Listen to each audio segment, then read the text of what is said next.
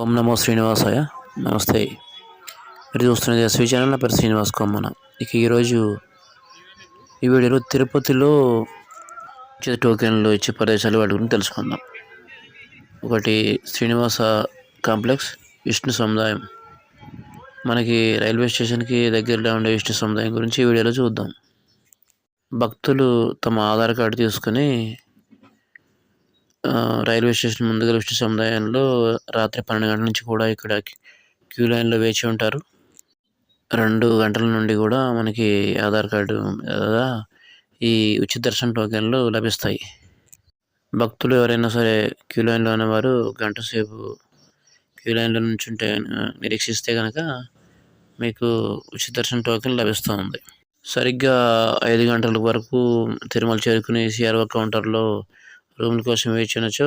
మీకు రూమ్ సౌకర్యం కూడా లభిస్తుంది.